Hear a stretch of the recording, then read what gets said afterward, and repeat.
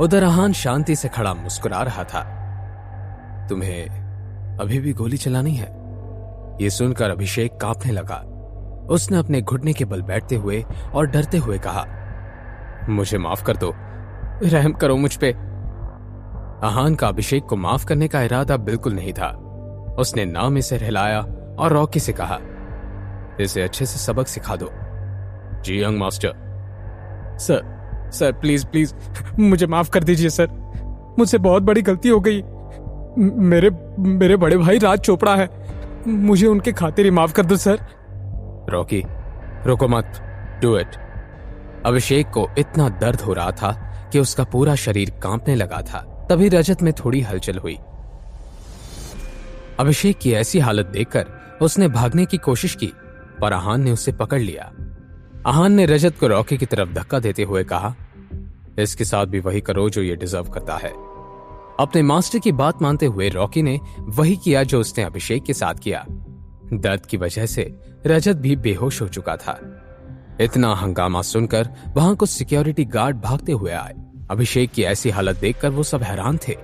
उन्होंने जैसे ही आहान और रॉकी पर हमला करना चाहा, अभिषेक ने नीचे गिरे हुए ही चिल्लाया, नहीं, जाने दो उन्हें। ये आप क्या कर रहे हैं मास्टर? तुम्हें सुनाई नहीं दे रहा क्या कि मैं क्या बोल रहा हूं? जाओ यहां से। आहान के चेहरे पर मुस्कान आ गई। सर, आपके दोस्त की यह हालत मेरी और रजत की वजह से हुई है। आप प्लीज इस वशिष्ठ हाउस को कोई नुकसान मत पहुंचाना। उसने अभिषेक की बात का कोई जवाब नहीं दिया, बस विकी को जेल से निकाला और अस्मिता को कॉल किया। उसने अस्मिता को विकी का इलाज बेस्ट प्राइवेट हॉस्पिटल में करवाने को कहा। इतना कहकर वो वहां से निकलने लगा। तब आलिया भी उसके पीछे पीछे जाने लगी। तुम मेरा पीछा क्यों कर रही हो? I am sorry about what happened on the train. No need, मैंने उन बातों पर ज्यादा ध्यान नहीं दिया। पर अब बेटर यही होगा कि तुम मुझे फॉलो ना करो। आलिया कुछ देर वहीं खड़ी रही और फिर उसने अपने पापा को कॉल किया। फोन उठाते ही मनोज शर्मा ने खुशी से पूछा, रजत ने मैटर सॉल्व कर दिया? डैड, आप श्योर थे ना कि रजत ही जीतेगा? ऑफ कोर्स, मुझे पता है कि रजत ही जीता है। डैड, यहाँ आकर देखिए, रजत और अभिषेक दोनों अपनी हड्डियां तुड़वा कर बैठे हैं। तुम मजाक कर रही हो ना? आइए और खुद देख लीजिए। आलिया आहान के साथ एक अच्छा रिश्ता बनाना चाहती थी, पर अपने पिता की वजह से उसे ऐसा करना मुश्किल था। उधर मनोज शर्मा हैरान थे। उन्हें विश्वास नहीं हो रहा था कि अभिषेक चोपड़ा की ये हालत हो गई है।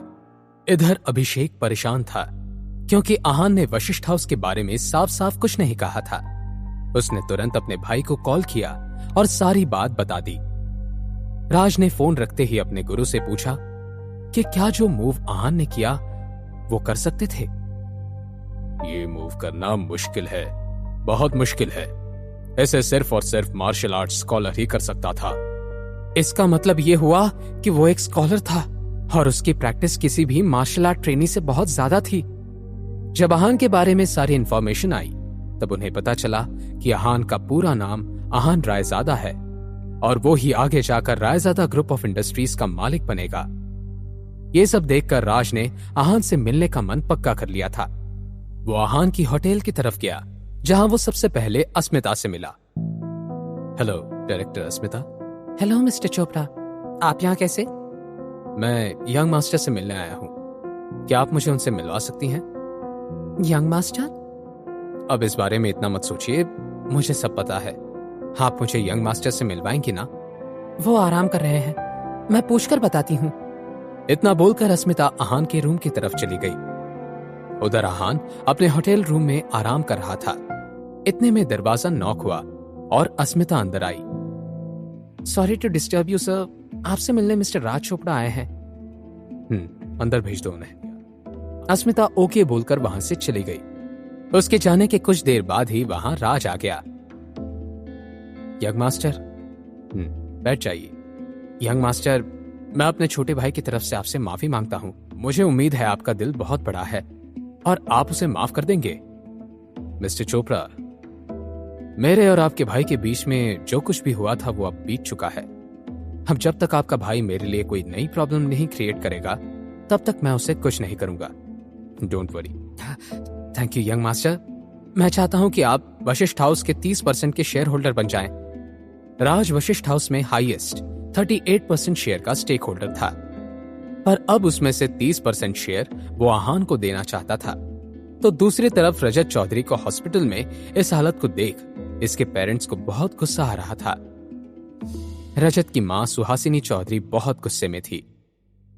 ये सब तुम्हारे साथ जिसने भी किया है, मैं उसे छोड़ूंगी नहीं। बेटा, वो कौन है तुम मुझे बताओ, मैं उसे ढूंढ कर लाऊंगी, फिर तुम्हें जो करना है कर लेना। आहान, उसका नाम आहान है और वो शिमला से आया है। मैं अभी उसे ढूंढ कर लाती हूं। रुक जाओ। एक आवाज ने उसे रोका। आवाज थी ब्रिज चौधरी की, जो रजत के पिता थे। तुम जानती हो तुम क्या करने जा रही हो? यह मामला पहले ही बहुत बढ़ चुका है। तुम्हारे बेटे के साथ किसी ने ऐसा किया है और तुम बोल रहे हो रहने दो? जो भी हुआ तुम्हारे बेटे की वजह से ही हुआ, गलती उसी की है। तुम कहीं नहीं जाओगी, समझ आया तुम्हें? और उधर राज चौधरी आहान को 30% ले लेने के लिए कन्विंस करने की कोशिश कर रहा था। क्या आहान 30% शेयर एक्सेप्ट करेगा? अब आगे आहान और चोपड़ा फैमिली के बीच में क्या होगा? क्या चौधरी फैमिली अब कोई एक्शन लेगी?